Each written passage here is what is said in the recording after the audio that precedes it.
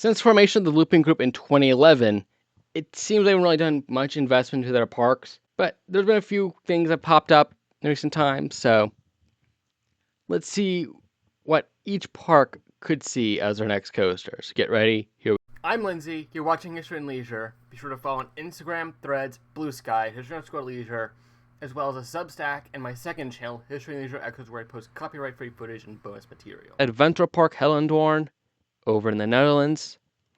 Their looping coaster is a Vekoma Tornado, which was rethemed in 2020 to Balagos to fit a new medieval-themed area. Got new trains as part of that. Have a mostly indoor Vekoma-themed coaster named the Sewer Rats, a ZR4-themed Stones, and a family spinner. Really vibing with Vekoma's suspended coaster, custom family boomerang, placing that dinosaur in the middle of the park because they already have kind of, I think it was like some like Indian themed rapids ride there. Drivliet Family Park in The Hague. Basically, Linux is kind of attached to like the southern tip of City and like some outer parts. Their looping anchor is a Mauer launch called Formula X. Standard mouse and Mac powered launch coaster right next to that. There's a fairly unique Mauer certainly based on the Intamin's early ones, like Lotte World has twist tricks that stake that out, and the adjacent tractor ride. Move some playground equipment around from the front and do a new kids area overhaul in that front. There was a new family thrill coaster. Gravity Woody, Vekoma Suspended, something like that. Be an icon of the sky, even if it's not very tall. Like, even if it's like Oscar, I think it's like 56 feet tall or something like that. Could be in the 40s and be fine.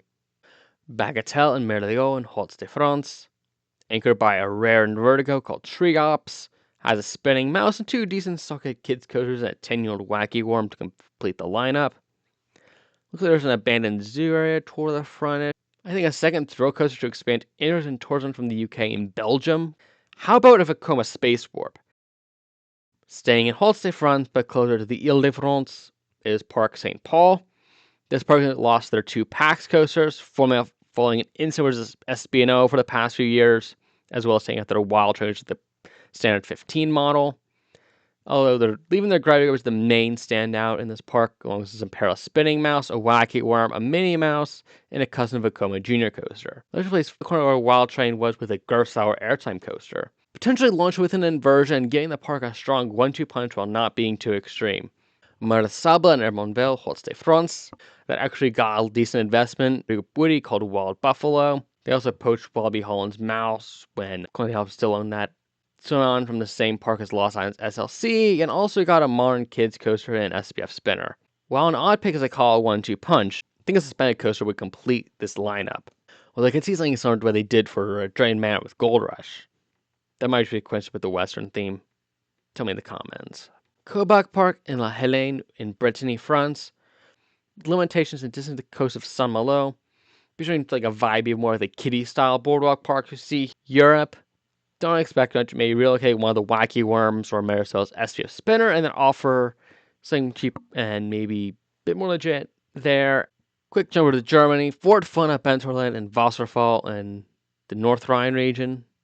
Wasserfall literally means waterfall in German, and it's basically Mountain Hellendorn. Both got lots of Vekoma loopers, although Speed Snake is a whirlwind layout, which is joined by a mountain coaster and two kiddie coasters. A failed park called Planet Fort Fun in Finland. Must be a coincidence. We need a good terrain coaster here. How about a straddle coaster with station across from Speed Snake? Run to the mountain coaster and then decide like kind of a twister land to get back. Isla Magica in Sevilla, Spain. Flashback. They're splash boats for a Mac Power Splash, which counts as a launch coaster and would be another water ride for those oppressive Seville summers. They just gave Fort Fun a straddle coaster. How about an indoor straddle coaster replacing Capitan Balas and their 4D theater? Come on, Capitan Balas is not friendly to lefties with the guns. It has to go. And 4D theaters, it's nice to have an indoor space that's high capacity. I'm sure this ride could do similar numbers, and there is a number school inside the pavilion on the street level side that Capitan Balas in this theater is. So that has probably been more of a non-starter than whatever killed the Gravity Group coaster. Hey, I give you another option, Isla Magica. West Midlands Safari Park in Wedley, England.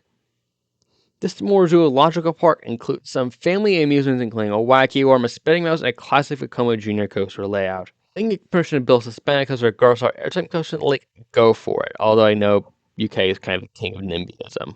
I could also see this being a zoo and moving a lot of the animals from nearby on the other side of the metro, Drayton Manor in Tamworth. Again, this park was more of a thrill park in like the 90s, early 2000s, but they've pivoted. Management revived their iconic power coaster, looping around a new Viking themed section, converted their Intamin stand up to a sit down, and replacing their Intamin gyro drop with a Gold Rush accelerator, the original Vekoma family boomerang that was first seen to Ben 10. And they also have Troublesome Truck as the other family coaster in the Thomas area.